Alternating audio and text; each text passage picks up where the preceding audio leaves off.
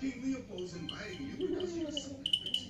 He wants to show you the schools and churches he built. You and I.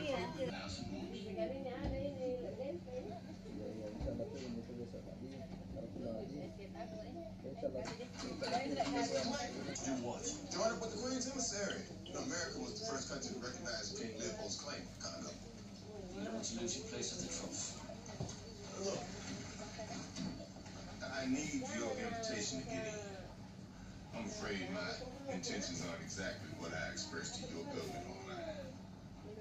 He used up his entire fortune building that railroad of his, then shut off access to 99% of the country. Why?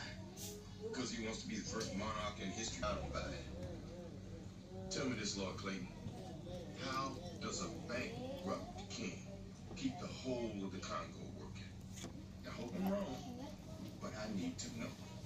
For the sake of your friends back home, you do too.